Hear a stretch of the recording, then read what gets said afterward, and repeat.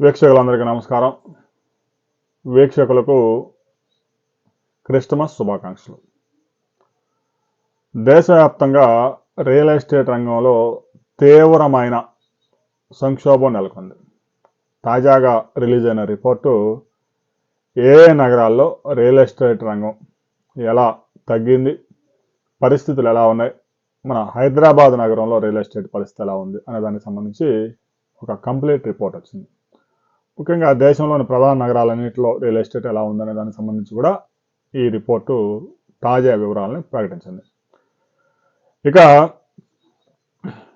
దేశవ్యాప్తంగా 9 ప్రధాన నగరాల్లో ఇళ్ల అమ్మకాలు అక్టోబర్ నుంచి డిసెంబర్ వరకు 3 నెలల కాలంలో 98,000 హౌసెస్ సేల్ జరిగాయి.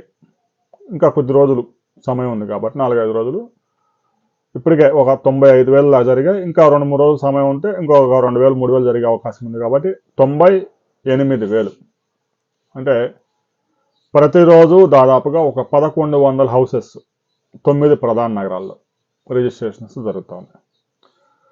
రియల్ ఎస్టేట్ డేటా అనలిటిక్స్ సంస్థ ప్రాప్ ఈక్విటీ ఈ యొక్క డేటాని రిలీజ్ చేసింది.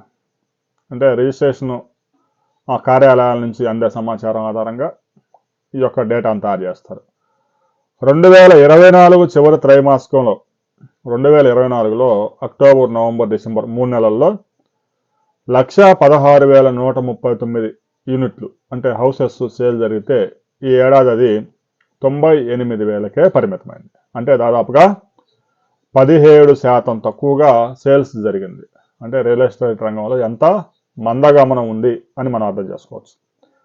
ఇక 2021లో జూలై, సెప్టెంబర్ త్రైమాసికం తర్వాత కరోనా సమయంలో జూలై నుంచి సెప్టెంబర్ కాలంలో అతి తక్కువగా విక్రయాలు జరిగాయి.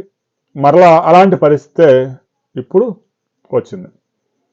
డిసెంబర్ త్రైమాసికంపై అంచనాలతో తాజాగా నివేదిక విడుదలైంది. నవీ ముంబై, ఢిల్లీ ఎన్సీఆర్ సహా మిగిలిన 7 నగరాల్లో అమ్మకాలు తగ్గాయి. నవీ ముంబై, ఢిల్లీ ఎన్సీఆర్లో మాత్రం కొంచెం డిమాండ్ ఉంది, కమర్షియల్ ఏరియా కాబట్టి అక్కడ సహజంగానే సగటున జరిగాయి.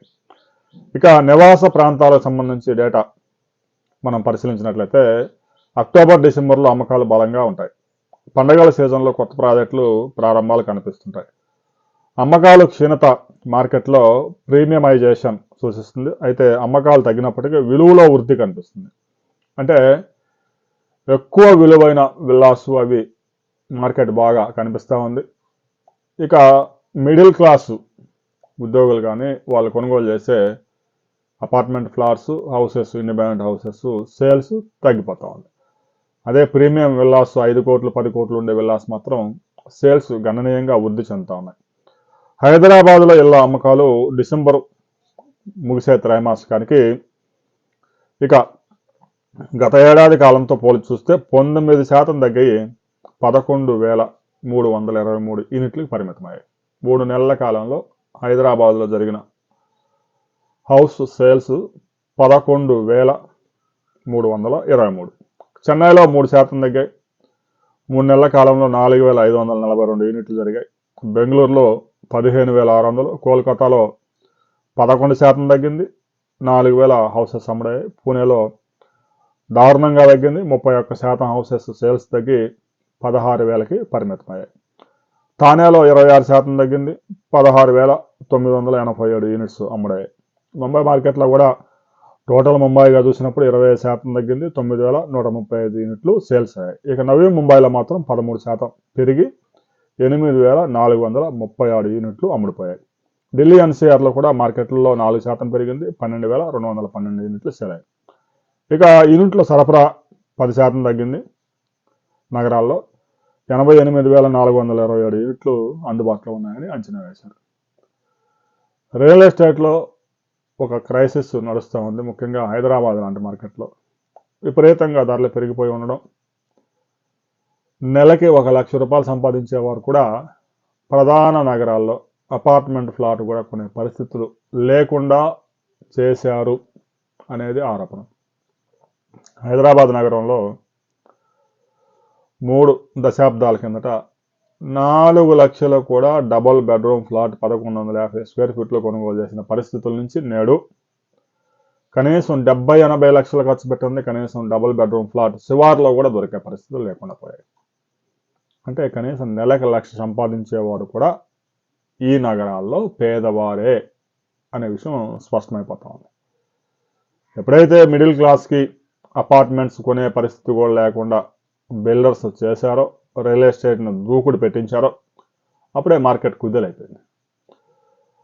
రిచ్ పీపుల్ ఆ విల్లాలు కొనేవాళ్ళు 5 కోట్లు 10 కోట్ల వాళ్ళు ఇంకో 2 కోట్లు ఎక్కువైనా కూడా కొనుగోలు చేసే సామర్థ్యం ఉంటుంది.